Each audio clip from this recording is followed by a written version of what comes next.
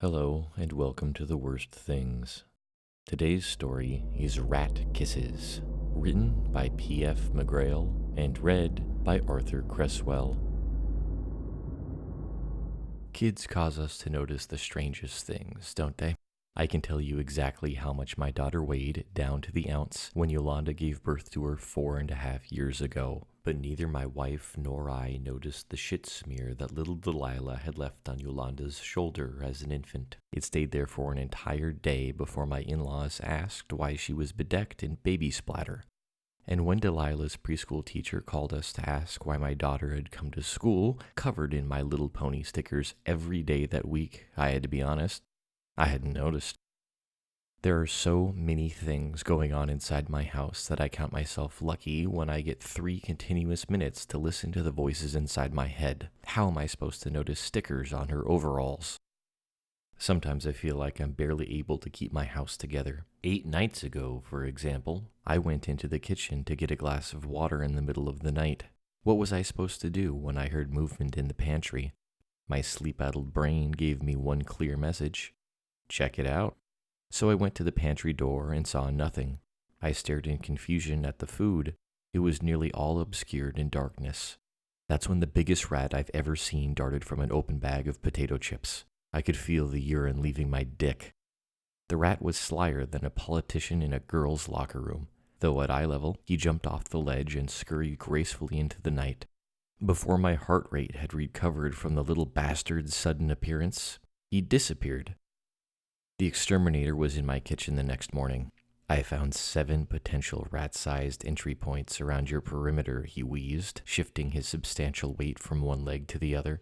But I'm certain of which one it was. The grate has fallen completely off the underground access on your western wall near the trash cans. I drilled it back into place. It won't budge. I caulked the other 6.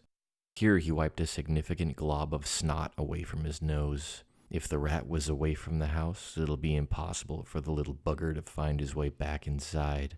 He sighed. But if he was still beneath the structure when I sealed things up, well, call me in a couple days if you notice a smell. He smiled. I really wondered whether the exterminator was worth his fare. I swear that I could hear rats slinking under the floorboards during the next few nights. 8 hot summer days after the exterminator had made his costly visit, Delilah crinkled her nose at me when I was putting on her dress. "Daddy, why does it have to smell like poop inside the house?" I focused on not breathing through my nose as I dodged the My Little Pony stickers while zipping up the back of her dress. "It's not poop, We'll have it cleaned up today," I explained lamely. I turned her around and kissed her on the nose. "You'll behave at Miss Rebecca's today, right? That's how we'll know if you're ready for kindergarten with all the big girls." She flashed a coy grin. "Oh, Daddy, I know I'm one of the big girls. Trust me," she giggled. "Do you have any idea how much it costs for that exterminator to come by my house? Enough for me to undo his handiwork and search for the dead rat myself, thank you very much." Armed with a flashlight and a very offended nose, I squeezed through the hole and into the darkness. The smell caressed me like a fanatic dog's lick, embracing and pressing against my body in a gentle wave from head to toe. I could feel the stench permeate my pores, and I knew that my body was absorbing the dirtiness like a sponge soaking up bacteria from a raw chicken. Swinging my head back and forth, I was able to hone in on the source by the level of dizziness that hit me. I crawled towards the northeast corner in the general area of Delilah's room, barely able to squeeze forward in the 20-inch high clearance.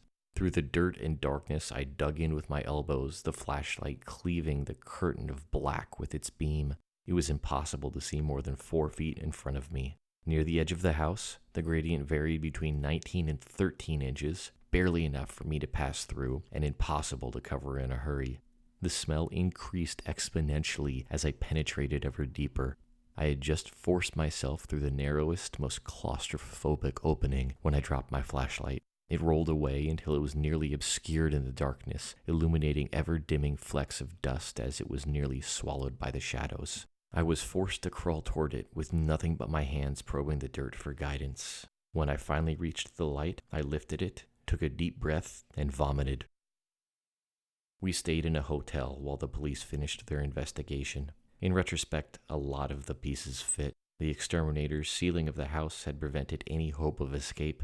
and the summer heat really expedited the process of human decomposition. I didn't recognize any of the photos of the man's face. I don't think anyone could have. The maggots had damaged it so extensively that he looked like a rotten peach that had been tossed into a blender. The police, who have still not made a positive identification, said that it was almost certainly a man that I had encountered at least a few times, but absolutely no one comes to mind. It's strange what we do and don't notice, isn't it?